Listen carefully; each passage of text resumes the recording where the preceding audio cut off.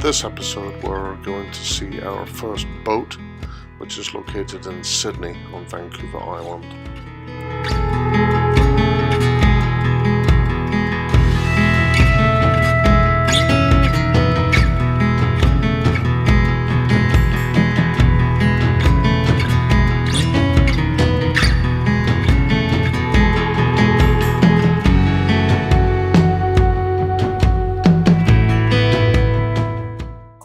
And here we are at the ferry terminal in Port Angeles that will take us over to Victoria on Vancouver Island.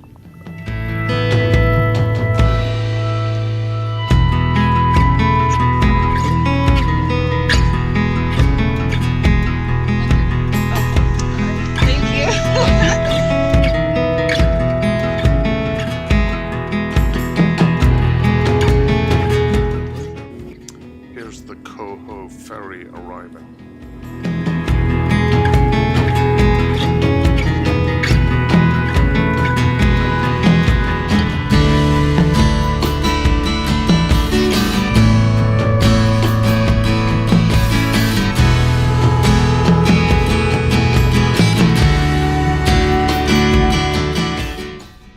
And then suddenly we're in Victoria on Vancouver Island. Very different world to Port Angeles. So our plan here is to stay the night in Victoria, and then we're going to drive in the next day 30 miles up north to a place called Sydney, and specifically Sydney Marina, where we're going to check out our first boat, which is an Allure 51 aluminum boat with a centerboard. It's an older boat, but it'll be interesting to look at the any issues that have arisen in it. It's about 10 years old, and or 8 years old. So we're going to go and have a good look at it. That'll be very interesting.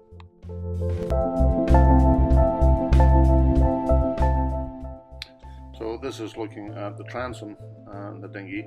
There's some interesting little wheels on the dinghy to help you haul it up the beach. It's got a lot of solar. It's got over 900 watts of solar on it and 6 panels. We were thinking of doing something similar, but perhaps using a little bit stronger brackets to hold the solar up.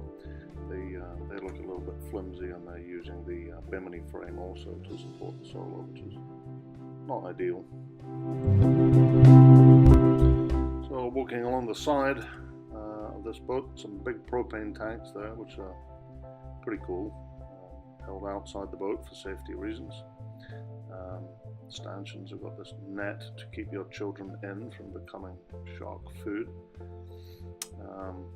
Radar up on top there. Stat pack mainsail arrangement with lazy jacks, and probably the most reliable sailing configurations on a main. Single sideband radio. So the backstay there on the starboard side is isolated. There's a little isolation terminal there going into the hull. So this boat is truly kitted out for cruising. It's got a lot of the luxury items. Marine deck on all over the deck, which is in really good shape. So you don't want teak anymore these days. On an aluminum boat, you do need some kind of insulation to stop your feet burning or freezing on the aluminum. Marine deck is a great plastic composite material that offers both low maintenance and all that insulation that you need. The hard Dodger is a little strange on these 51s. The fiberglass add-ons, they look a little bit aftermarket to me. They don't kind of jive with the lines of the boat. There's a boom brake on it there. You can see dangling below the boom. That stops jibing happening faster than you'd like it to. It's a cutter arrangement, so you can see the 2 head sails there. Kind of like the red. It seemed to work. It's a nice deep red. Mandala, name of the boat. Anchor, spade anchor looks a little bit undersized, but perhaps not. It does have 100 meters or so chain. Nice granny bars there on the deck and either side of the mast as well. The hull looks in fantastic shape. Allure 51. So up on deck and forwards, looking down here at the anchor locker, you can see the aluminum construction on the inside of the boat, very, very strong compared to a plastic boat. And the anchor locker is very, very deep, which is great.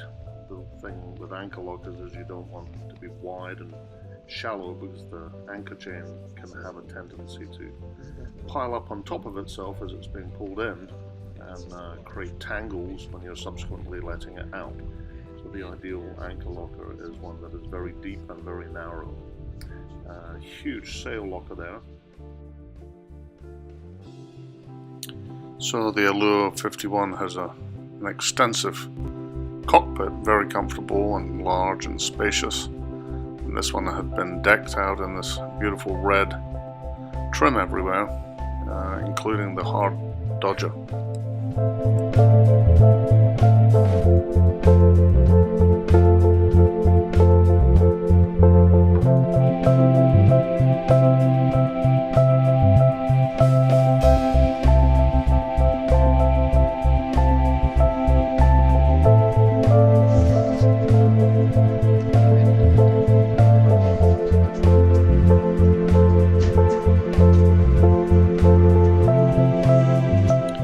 Similarly, down below in the salon, the Allure 51 is very spacious, and we particularly like the nav station, which has seats on either side with enable planning and strategy to take place while looking out the porthole or the window on the starboard side at least. There's a great height for looking out, keeping a lookout only on the starboard side.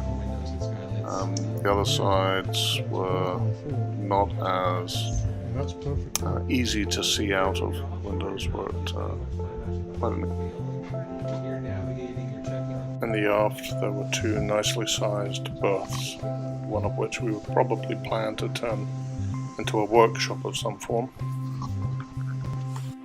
Next up, we wanted to take the ferry back over to the mainland, to Vancouver, to check Vancouver out. Vancouver Island, and we're heading up to Nanaimo, where we're going to get a ferry over to Vancouver. And we're near Duncan right now. We're actually down on the coast in a little place called Maple Bay.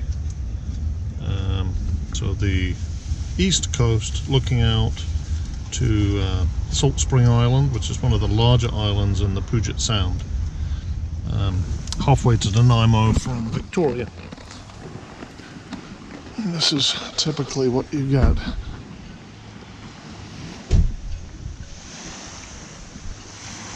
Absolutely gorgeous little houses up on the hill, sailing boats.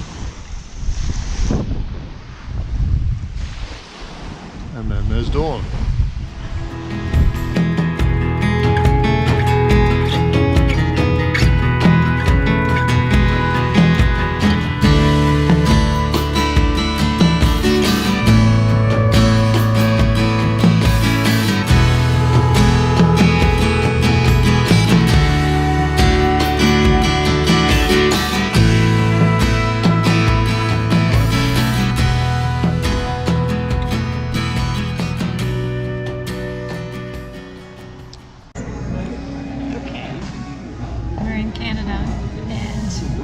In Nanaimo, we're charging. The charger's over there.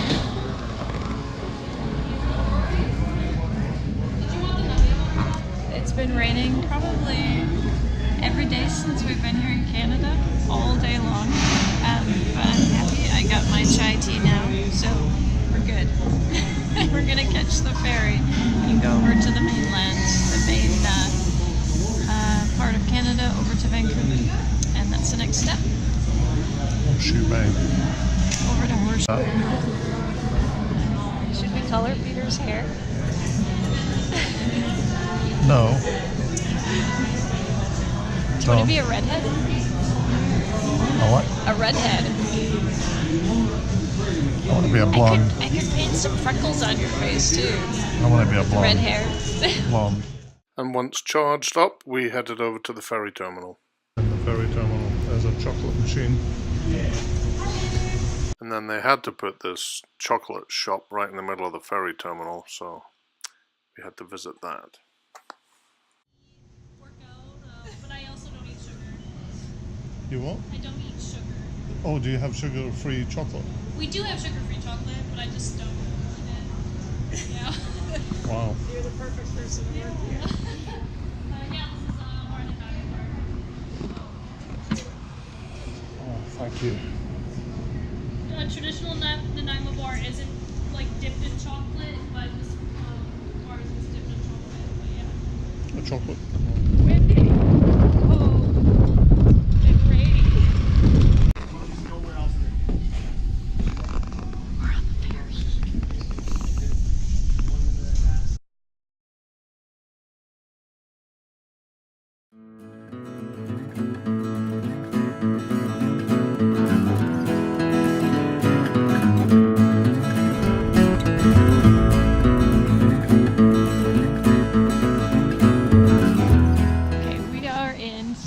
Park in North Vancouver, and it's awesome.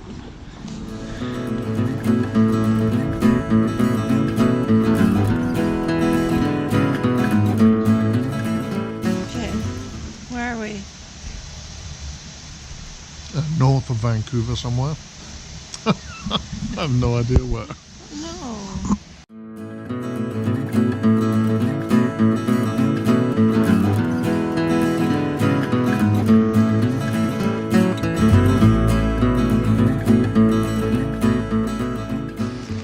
Up in the trees, lots of Doug firs, lots of maples, and cedar all over, but we're walking in the trees.